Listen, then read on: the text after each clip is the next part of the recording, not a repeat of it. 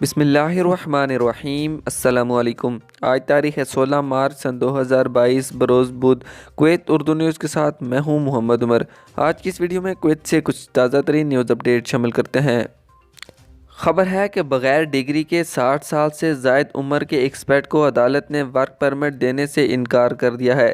60 کی دہائی میں ہائی اسکول ڈپلومہ اور اس سے کم عمر کے تارکین وطن کو اپنے ورک پرمٹ کی تجدید کی اجازت دینے والے فیصلے میں ترمیم کے قانون کے نفاذ کے تقریباً 45 دن بعد اپیل کورٹ نے منگل کو ایک نیا فیصلہ جاری کیا ہے، جس سے صورتحال ایک بار پھر تعطیل کا شکار ہو گئی ہے۔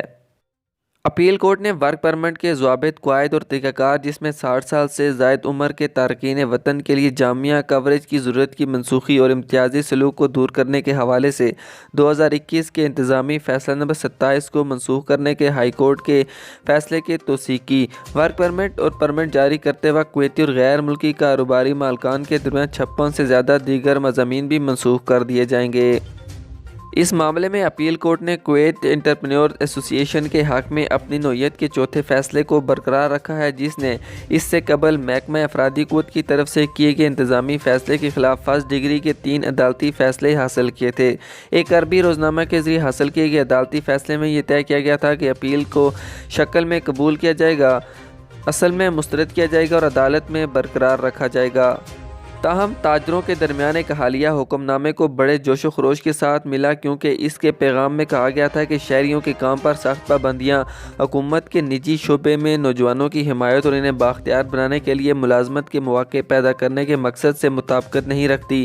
اس طرح وزرائے کونسل کے فیصلوں کو قوانین، خاص طور پر آئین کے ساتھ ہم آہنگ کیا گیا تھا، تاکہ رجسٹریشن کو اتھارٹی تک محدود رکھا جائے، تاکہ روزگار کی امداد سے مستفید ہونے والے لوگوں کی تعداد کو محدود کیا جا سکے۔ اجازت نہ مانگنا، جیسا کہ اس نے اشارہ کیا تھا، منسوخی کا فیصلہ جاری کیا گیا ہے۔ تاہم یہاں پر تاجروں نے تحفظات کا اظہار کیا ہے کہ منسوخی کا فیصلہ ناقص تھا، کیونکہ اس نے 60 سال سے زائد عمر کے تارکین وطن کے لیے جامع ہیلتھ انشورنس کی شرائط عائد کی تھی، جس نے لیبر مارکیٹ کو الجھا دیا اور کچھ کاروباروں کو ہنرمند پیشہ ور افراد اور کاریگروں سے محروم کر دیا تھا۔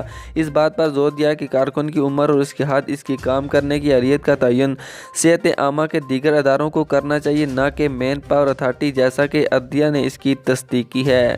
اگلی خبر شامل کرتے ہیں کہ کویت کے قومی اسمبلی کے پارلیمنٹ نے منگل کو مسودہ بل منظور کیا ہے، جس میں نوکرانی کی اصطلاح کو گھریلو کارکن سے تبدیل کر دیا گیا ہے، تاکہ اس بات کی ضمانت دی جا سکے کہ کویتی قوانین بین الاقوامی اصولوں، خاص طور پر انسانی حقوق سے متعلق قوانین کے مطابق ہیں۔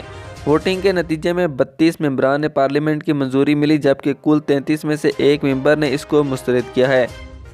یہ ایڈجسٹمنٹ بین الاقوامی انسانی حقوق کے گروپوں اور مزدوروں سے متعلق حکام کی طرف سے گھریلو مزدوروں یا دیگر ضوابط کی قانون سازی میں نوکرانی کی اصطلاح کے استعمال پر اظہار کردہ تحفظات کو دور کرنے کے لیے کی گئی تھی۔